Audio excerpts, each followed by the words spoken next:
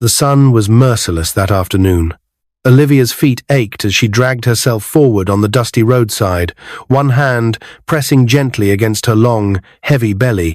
Her black and white waitress uniform clung to her skin, soaked with sweat. Her baby was almost due, but she had no choice. She had to get to work. She was already late, and she had no transport fare.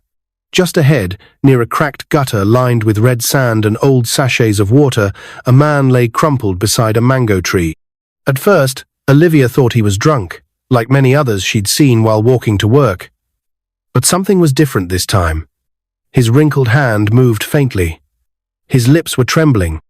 His eyes, barely open, seemed to plead with the world that was walking past him. And indeed, people passed. Some looked at him and hissed. Others avoided his side of the road entirely. But Olivia, poor, pregnant waitress, stopped. "Sir?" she said, stepping closer, uncertain. "Can you hear me?" The old man blinked. His mouth moved, but no sound came. She squatted gently, ignoring the sharp pain in her lower back. "Sir, what happened to you?" Then, in a whisper, the man said, "Help me." Her eyes widened. The man's caftan was tattered, stained with dirt and oil. His grey hair was wild, his beard tangled and full of dust. He looked like a forgotten soul. But his skin, there was something noble in his expression, something strong, even in weakness. She looked up and down the road. Not a single person stopped to help her. Tears stung her eyes. Her legs trembled as she bent lower. "You can't stay here, sir. I'll help you." With one arm, she pulled the man up. His head slumped onto her shoulder. He was heavy, too heavy. But Olivia didn't stop. With her right hand around his waist and her left hand supporting her long pregnancy belly, she began to drag him slowly, step by step, panting, sweating, and shaking. She whispered prayers beneath her breath. 10 minutes passed. 15. Finally, she saw the tall gate of the restaurant where she worked, Williams Grills and Lounge. Its sleek signboard stood tall like a promise of comfort she never had. But she couldn't walk through the front entrance. Not with this man. She turned to the back, to the delivery area, where waitresses sometimes sat to eat quietly. She sat him down gently on a cement bench beneath a palm tree. "Please, stay here," she whispered to him, though he couldn't reply. Then she rushed inside the restaurant, wiping sweat from her face and fixing her apron. Her heart pounded as she approached the office of her boss, Mr. Jacob Williams. Jacob was a tall, handsome man in his early 40s, with a serious face and a deep voice. He rarely smiled. Though he was strict, Olivia always thought he was fair. She knocked softly. "Come in." She entered slowly, her fingers tightening around her apron.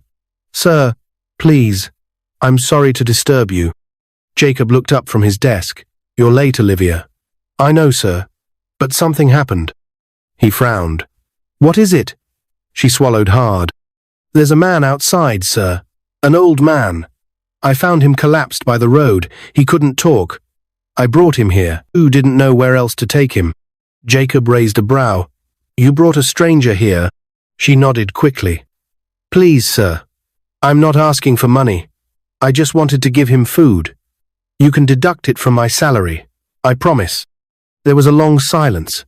Jacob stared at her, then stood slowly. "Where is he?" Olivia led him to the back of the building. The moment Jacob saw the man, he stopped. His face froze. His eyes grew wide. He stumbled forward. "Dad?" he whispered. Olivia blinked. "Sir?" "Dad." Jacob dropped to his knees beside the old man. "Oh my God. Dad? Dad? Is this really you?" The man's eyes fluttered open. Jacob held his hand. "We've been searching for you for a month. Where have you been? Who did this to you?" Chief Williams opened his mouth, but could only mutter, "She helped me." Jacob turned to Olivia, his eyes red. You found him?" "Yes, I didn't know he was your father," she stammered. Without wasting another second, Jacob pulled out his phone and dialed. "Emika." Get the car here now. Emergency at the back gate. Moments later, a black SUV screeched to a halt. Two men jumped out and gently lifted Chief Williams into the vehicle. Jacob turned to Olivia. "You're coming with us." She froze. "Sir, I have to work." "I said you're coming with us." For the first time in her life, Olivia entered a Rolls-Royce. The cool leather seat, the smooth hum of the engine, and the sweet scent of luxury filled her senses. But all she could think about was the old man lying across from her in the back seat. As the car raced toward the nearest private hospital, Jacob held his father's hand tightly. "Dad, stay with me, please, you're going to be okay." And Olivia? She sat quietly, her hands folded over her belly, her mind spinning. How could this be real? Had she just saved the life of her billionaire boss's father? Who was this man really? And what was about to happen to her life? The hospital room was white, cold, and still, except for the steady beep of the monitor beside Chief Williams' bed. Olivia sat in a plush waiting area she never imagined herself in. Just that morning, she was walking on the dusty roadside, praying she wouldn't go into labor early. Now, she was in one of the most expensive private hospitals in Lagos, and she hadn't even told Emeka where she was. Her phone had no airtime. Jacob sat across from her, pacing. Every few minutes, he ran his hands through his neatly shaved hair, his eyes flicking toward the emergency ward door. "Why did he wander off like that?" he muttered. "Why didn't we find him sooner?" Olivia remained quiet, her arms wrapped protectively around her belly. The events were too much to process. The man she saved was Jacob's missing father. Chief Williams, one of the most feared and respected oil tycoons in Nigeria, and she had found him by the gutter, almost lifeless. "Madam," a nurse interrupted, peeking her head out. "Are you the pregnant lady that brought the old man?" "Yes," Olivia said quickly, standing up. "Please follow me. He's awake, and he wants to see you." Olivia's heart raced. Jacob followed behind without a word. Inside the private suite, Chief Williams now looked different. He had been cleaned up. A drip hung beside his bed, and though he still looked weak, his eyes were alert. There was something powerful in his gaze, a kind of sharp wisdom that pierced through silence. When he saw Olivia, he raised a trembling hand. "You," he said, voice still hoarse. "You saved me." Olivia walked slowly to his bedside. I just couldn't leave you there, sir. People were walking past like you were nothing." The old man smiled weakly. "But you didn't." Jacob was already wiping tears from his eyes. "Dad, I can't believe it's really you. We were told you might have been kidnapped. We searched everywhere. What happened?"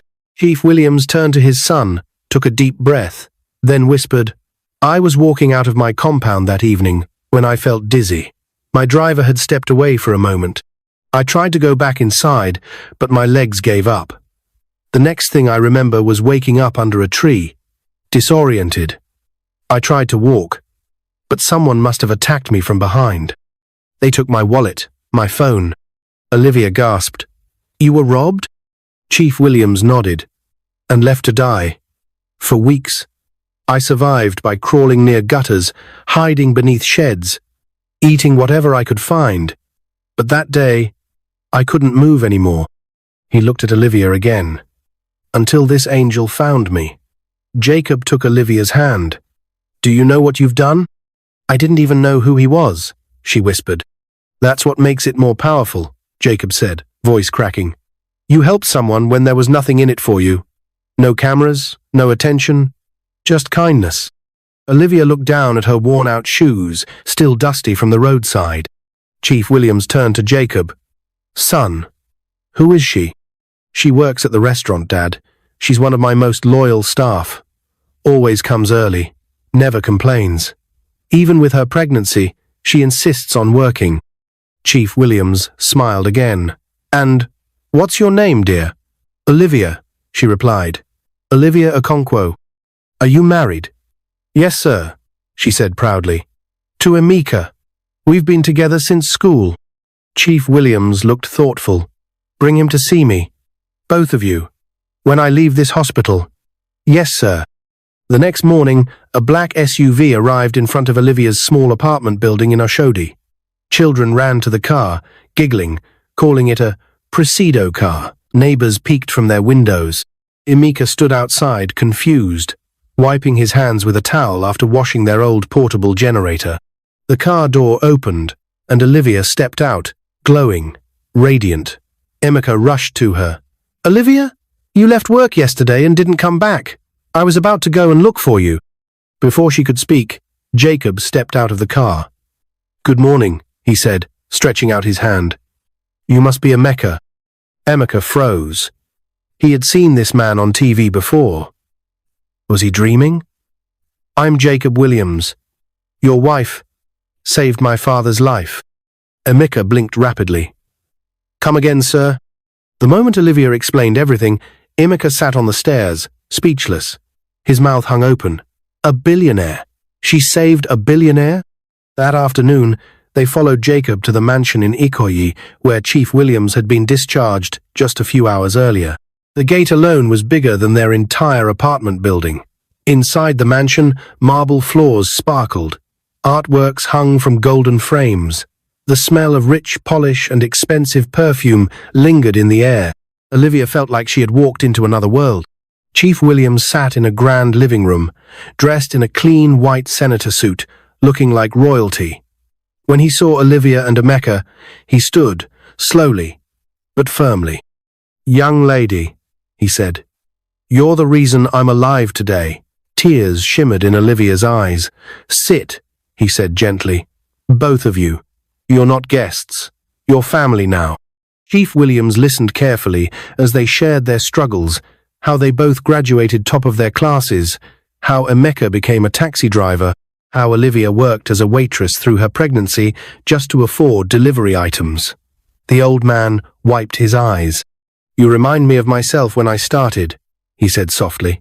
"Nobody gave me a chance. I built my empire from the ground." He turned to Jacob. "Get the papers ready. By tomorrow, they should move into the Banana Island house. And give them the Prado, the white one in the 4th garage." "Dad," Jacob smiled. "Are you sure?" "They are my children now," Chief Williams said. "And no child of mine should suffer after saving my life." Emeka could no longer speak. He simply wept. Olivia held his hand tightly, still wondering if she was dreaming. She didn't know that this was only the beginning. The morning sun gleamed across the glassy surface of Banana Island. Its quiet roads, trimmed hedges, and massive luxury homes stood like a different world compared to the noisy, dusty streets of Oshodi where Olivia and Emeka had lived. Now, for the first time in their lives, Olivia and Emeka stood at the entrance of their new home, a 2-story mansion with tall columns, a water fountain in front, and a palm-lined driveway. Everything looked like a dream: polished tiles, wide glass windows, and flower beds, perfectly arranged like they belonged in a magazine. The gates slid open with a soft hum, revealing a neatly dressed female staff. "Welcome, Madam Olivia."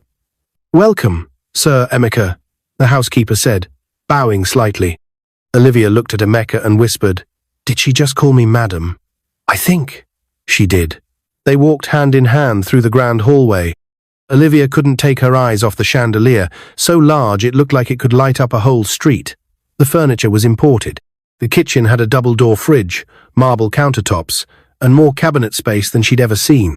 There were 5 bedrooms, each with its own bathroom and balcony, a full library, a gym, even a private garden in the backyard with a small fish pond.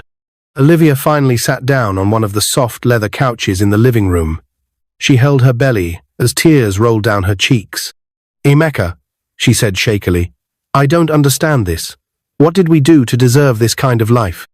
Emeka knelt beside her, equally emotional. "You helped a man when you didn't have to. That's what you did." They stayed there for a long moment, holding hands in the middle of their new home. But Olivia didn't forget her promise to return to work. That afternoon, she sent a message to Jacob Williams, asking when she should resume. He replied instantly, "Don't come back to the restaurant. That's not your job anymore. Dad and I are giving you and Emeka full-time positions at Williams Energy." You're being trained as my executive assistant, and Emeka is joining the logistics and operations department. Official appointment letters will be ready next week." Olivia stared at the message for a long time, then handed the phone to Emeka. He read it slowly, blinked twice, and then laughed with disbelief. "We're going to be working in an oil company," he said, voice breaking. She smiled, nodded, and said, "Not just any oil company. The oil company." They both laughed, the kind of laughter that came from a heart that had known pain and suddenly found peace. 2 weeks later, Olivia and Emeka resumed work at the headquarters of Williams Energy. The glass building stood tall in Victoria Island, glittering like a crystal tower against the Lagos skyline. Olivia wore a maternity gown Jacob's assistant had sent to her navy blue, custom-made, with comfortable shoes to match. Her office was on the 5th floor, complete with an air conditioner, a glass desk, and a view of the sea. Her job was new, but she caught on quickly. Jacob personally trained her to manage meetings, screen calls, prepare reports, and handle corporate communications. "You're a fast learner," Jacob told her one morning, sipping his coffee. "I knew it from the day I hired you at the restaurant." Meanwhile, Emeka flourished in operations. His discipline, humility, and sharp mind caught the attention of the managers. Within days, he became the most talked-about new recruit. But Olivia's joy wasn't just about the job, it was the respect, the freedom, the security, and above all it was Chief Williams.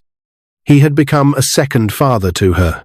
Every weekend, he invited them over. He'd sit in his garden with Olivia and Emeka, drink zobo, and tell them stories from his youth. Sometimes, he'd place his hand gently on Olivia's belly and smile. "You saved my life, and now you're giving life," he once said. "This child will be great." Olivia could feel it too. The baby kicked stronger each day, almost like he was dancing in excitement. Then came the night. The phone rang at 2 a.m. Olivia sat up sharply, gasping. "Emeka," she whispered. "I think it's time." Within minutes, Emeka had packed the hospital bag. A driver from the estate rushed them to the private wing of a top maternity hospital. Nurses were already waiting. Olivia was wheeled in as Emeka held her hand tightly. Hours passed. Pain, tears, pushing. Then, a cry. A loud, beautiful cry. "It's a boy," the nurse announced. Olivia wept and laughed at the same time. Chief Williams and Jacob arrived minutes later. The old man lifted the baby gently from the nurse, tears in his eyes. "He shall be named Simon," he declared. "Simon?" Olivia asked. "Yes," Chief Williams smiled. "That was my father's name. He was the kindest man I ever knew, just like you, Olivia." She nodded, cradling the baby. "Then Simon it is." From that day on, little Simon became the light of their lives. 3 months later, Olivia stood in front of the mirror in her office, adjusting her light pink suit. She was preparing a presentation for the company board, her first. She looked confident, professional, changed, but inside, part of her still couldn't believe it. Sometimes at night, she would wake up and sit on their king-size bed, looking around the mansion, wondering if she was still the same girl who once washed dishes in a restaurant and couldn't afford maternity wares. Emeka would roll over and hold her hand. "You're not dreaming," he'd whisper. "God just wrote us a new story." And indeed, life had changed. But not everyone was happy about it. It started with a text message, then another, then a phone call from an unknown number. "Olivia, it's Uncle Chuka," the voice said. Silence. "You remember me? Your mother's brother? I know I wronged you. We all did. But we were scared. We didn't know how to help you back then. Please, we heard what God has done in your life. Help us now. Come and rebuild the family house. Your cousins are suffering." Olivia ended the call. 2 days later, he called again, this time with tears. "Forgive us, please." She blocked the number. She forgave them, yes. But not everyone deserved a seat at her table anymore, especially those who watched her suffer and turned away. Now, she was a mother, a wife, a woman with purpose. And this time, she had a voice. The Williams Foundation conference hall was buzzing with excitement. Media crews adjusted their cameras, microphones lined the podium, and well-dressed executives sipped champagne while waiting for the keynote speaker to arrive. Olivia stood behind the curtains, holding little Simon close to her chest. He had just fallen asleep in her arms. A soft lullaby hummed in her throat as she rocked him gently, but her mind wasn't calm. She was about to speak publicly for the first time, not as a waitress, not as a helpless orphan, but as the co-founder of the Olivia Emeka Foundation, the initiative she and her husband had launched with Chief Williams' blessing to support pregnant women living in poverty. It had been 5 months since she saved Chief Williams, and her life had changed in every possible way. She no longer needed to beg for taxi fare or walk long distances under the sun. But even with her new life, Olivia hadn't forgotten the girls she left behind, the young, pregnant women cleaning floors in restaurants, walking the streets with no help, no voice, no hope. She wanted to be their voice now. Emeka entered through the side door, adjusting his suit. "Are you okay?" he asked softly. "I'm nervous," she whispered. "You've got this," he said, kissing her forehead. "You lived this story. Just tell it." A moment later, Jacob peeked in. "Ready?" Olivia nodded, handed Simon to a nanny standing by, and walked slowly toward the podium. As she stepped onto the stage, the applause rose like thunder. The bright lights hit her face. But she didn't flinch. She stood still, calm, grounded, then she spoke. "There was a time," she began, her voice clear, "when I walked to work every day with a hand on my swollen belly and a prayer in my mouth. I was scared. I was broke. I was hungry. But I still believed." The room fell silent. "I believed that one act of kindness could change everything, even if no one noticed, even if it cost me something." She paused. The crowd leaned in. "That day, I found a man dying by the roadside. And I, a poor, pregnant waitress, chose to stop. I didn't know he was the father of my boss. I didn't know he was a billionaire. I just knew he was human, and he needed help." Olivia took a deep breath. That moment didn't just save his life.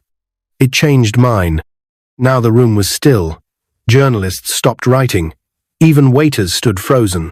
And today, I stand here not just as Olivia Okonkwo, but as a wife, a mother, a co-founder, and a woman who understands that where you come from doesn't define how far you can go. The audience erupted into applause. From the front row, Chief Williams smiled proudly. Tears welled in Jacob's eyes, and Emeka couldn't stop clapping. He was the man who had loved her when she had nothing, and now he watched her shine brighter than the chandeliers above her. After the speech, a line of people formed just to shake Olivia's hand. Top CEOs, celebrities, government officials. They all wanted to speak to her, but in that moment, all Olivia wanted to do was go home, hold her baby, and breathe. The next few months moved fast. Their foundation expanded across Lagos, opening small care centers in Mushin, Agege, and Ikorodu. They provided prenatal care, birth kits, and small funds to help young mothers get back on their feet. Olivia became a symbol of resilience. She was featured on the front page of the Nigerian Woman Today magazine. Everywhere she went, people whispered her name. But not all whispers were good. One rainy evening, while returning home from a community outreach event, Olivia received a message from an unknown number. It read, "You think you're better than the rest of us now because of money? You forgot where you came from?" She stared at the message. Then another came. "You will regret turning your back on your family. We were there before Chief Williams gave you name." Olivia's heart clenched. It was her uncle again. And this time, he was bitter. She remembered that man. The one who had locked her outside when she asked for help after her parents died. The one who told her to become someone's second wife or go hungry. Now he wanted a seat at her table? No. She deleted the messages. But that night, she stood by her balcony, staring at the lights across the lagoon, tears falling freely. "I didn't turn my back on them," she whispered. "They were never there in the first place." Days turned to weeks. Simon turned 6 months. Emeka received a promotion at Williams Energy and was now heading their nationwide transport unit. And one Sunday morning, while Olivia was pruning the roses in their backyard, Chief Williams walked in, holding a brown envelope. "I've been thinking," he said, sitting down on the garden bench. "You and Emeka, you both have vision. You both lead with heart." Olivia wiped her hands and sat beside him. "I want to make it official," he continued. "I'm adding both of you to the family trust. Simon, too," she gasped. "Sir?" "No. No arguments. It's not charity. It's legacy.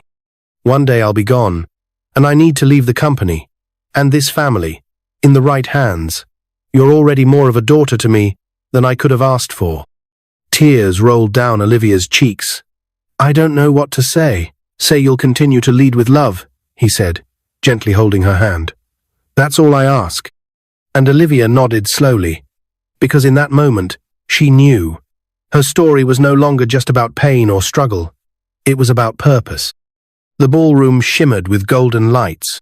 Soft violin music danced through the air as waiters moved gracefully between guests, offering glasses of wine and trays of steaming jollof rice, grilled fish, and coconut-spiced prawns. Outside, Rolls-Royces, G-Wagons, and Bentleys lined the front drive. But all eyes were on the couple standing near the stage, Olivia and Emeka Okonkwo. They looked nothing like the struggling pair they once were. Emeka, now in a custom black tuxedo, stood tall with quiet pride, whispering something into Olivia's ear that made her laugh. She wore a flowing emerald green gown that sparkled under the lights. Her natural hair was pulled back into an elegant bun, and around her neck sat a delicate diamond pendant Chief Williams had gifted her on Simon's christening day. Tonight wasn't just any celebration. It was the 1-year anniversary of the Olivia Emeka Foundation. But more than that, it was the night Chief Williams made an announcement that would shake the entire hall. Jacob Williams took the stage first. "A year ago," he began, "we thought we were hosting just another charity project. But what started as an idea became a movement because of one woman's kindness, strength, and heart." He looked at Olivia. "She saved my father. She inspired a nation. And tonight, I'm proud to introduce someone who's not just family but the future of Williams Group." Gasps filled the room. Chief Williams rose from his seat slowly and made his way to the microphone. Silence fell. "I always thought legacy was about money," the old man said. "But Olivia taught me otherwise. Legacy is about love, about lifting others, about staying kind when life tries to break you." He turned toward Olivia and Emeka. "Tonight, I officially announce that both Olivia and Emeka will serve as co-vice presidents of Williams Group, and when the time is right, the company will belong to them." The entire hall stood in thunderous applause. Camera flashes went off. Journalists scrambled. A few guests gasped audibly, and some wept. Olivia didn't move. Her hands trembled slightly. She looked at Emeka, who simply nodded, tears in his eyes. Slowly, she stepped onto the stage. "I never thought this day would come," she began, voice steady but full of emotion. "But I need you to know, this isn't just a story of luck or riches. This is a story about a roadside moment that became a turning point." She took a deep breath. "I was pregnant, tired, broke, and I saw an old man lying by the roadside. Everyone walked past him, but something in me refused. I had nothing, but I gave what I could: compassion." Her voice shook slightly. "That man turned out to be my boss's father, a billionaire. A man whose name echoed through boardrooms and oil blocks. I didn't save him because I wanted a reward. I saved him because kindness should never be complicated." Another wave of applause. Olivia looked down at the first row at Chief Williams, Jacob, Simon on the nanny's lap and smiled. "I am a daughter of struggle," she said firmly, "but I am not defined by it. And tonight, I want every girl in this country walking barefoot, every pregnant woman who's been ignored, every orphan working hard in silence, to know your story is not over." Tears rolled freely across the faces of the audience. Even the servers paused to listen. "You are not invisible. You are not forgotten. And one day, the world will hear your voice." Olivia stepped back as the crowd gave her a standing ovation. Imika met her with an embrace, and together they walked back down to the floor, where the rest of the evening unfolded like magic. But just as the party reached its peak, Olivia's phone buzzed. Unknown number. She almost ignored it, but something made her answer. "Hello?" A voice crackled on the other end. "It's me, Uncle Chuka." Olivia froze. "I know you probably don't want to hear from me," the man said weakly. "I'm not calling to beg anymore. I wanted to tell you something. I'm in the hospital." Silence. "They say I may not have long. I've been thinking about my life, about how I treated you. I was cruel. I left you out in the cold when you had nowhere to go, and now I have nowhere to go either." Olivia sat down, suddenly overwhelmed. "I'm sorry, Olivia," he whispered.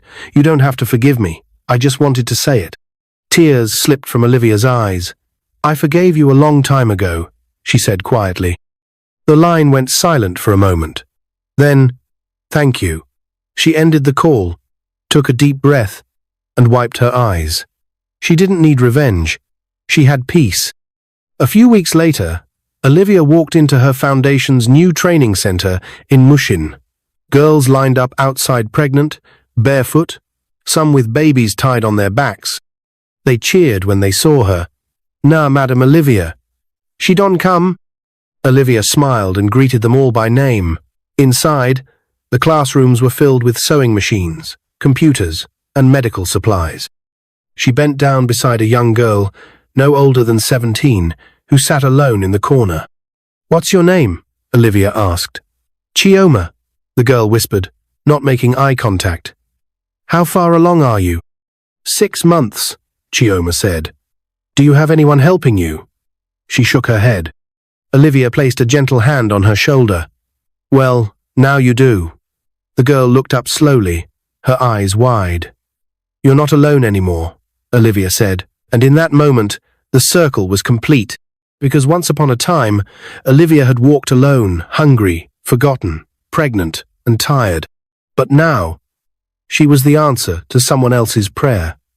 And as she walked back into her office, the words she once said to Emeka came back to her. "Maybe the reason we suffered was so we'd know how to lift others when it's our turn." And now, it was their turn, their chapter, their legacy, their table, built not just for them, but for every soul the world had ignored. And this time, no one would be left behind. What is your view about this story? Where are you watching from? If you enjoyed this story, comment, share, and subscribe to our channel for more interesting stories.